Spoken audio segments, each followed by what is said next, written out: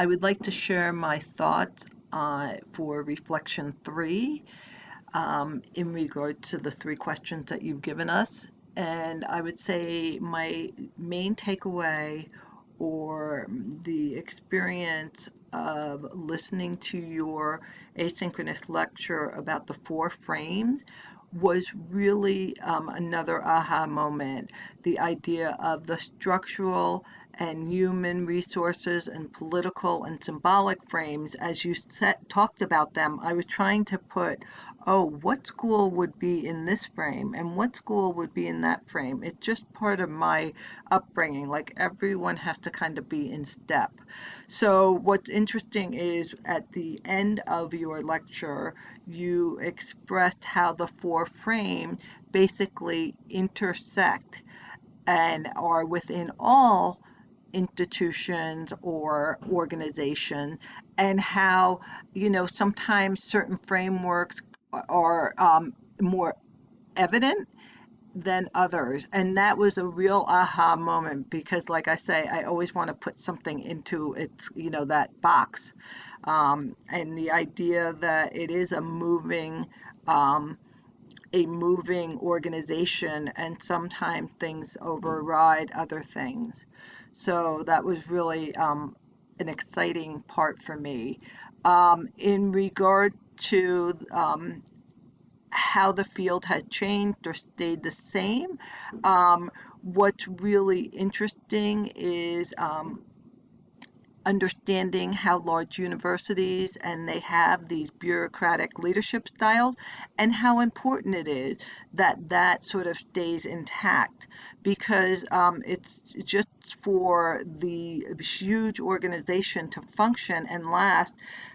We need to have definite structure and tiers of people, and be able to work as our independent department and then continue on up, as it is so important to follow that tiered system so that everyone knows where they're at, and their words can be heard in different ways. More so, what's interesting is what I very much learn and reflect upon is how different a large university is compared to a small liberal arts college, or or even a single major college that I went to in interior design. So I did go to a small liberal arts college, and only 1,600 students, and very different experience where the president of the college had open house every 2 weeks, and you could go down and speak with them about their, what was important for you to share, and as a student. So, but that could never happen in a large university. And that's what I'm learning. And it seemed a little bit strange to me as I came to App only a couple of years ago, how this all comes together and how it kind of makes sense. Um, to me, it always seemed like, oh, that's unusual. But on the other hand, a large university gives you so many different opportunities, and sometimes even more, definitely more opportunities, and a broader experience. Lastly, about higher education, you know, I'm always thinking about, as so many people have access to higher education and more people have, a degree, and if not a graduate degree, advanced degree.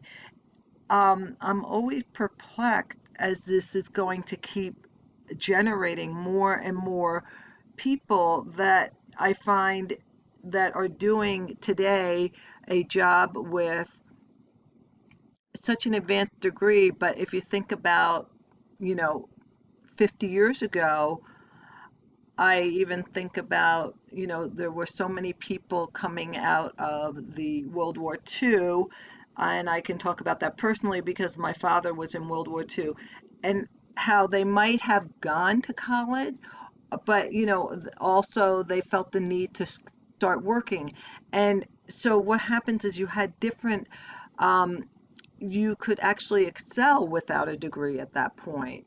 But today, it's almost it's required or it's standard to have at least a bachelor's, if not an advanced degree. And it does worry me as I find that a lot of people really find that they have to go to school and it might not be for them. Hope this helps, and thank you again, Dr. G, for everything and letting me go overboard and over time.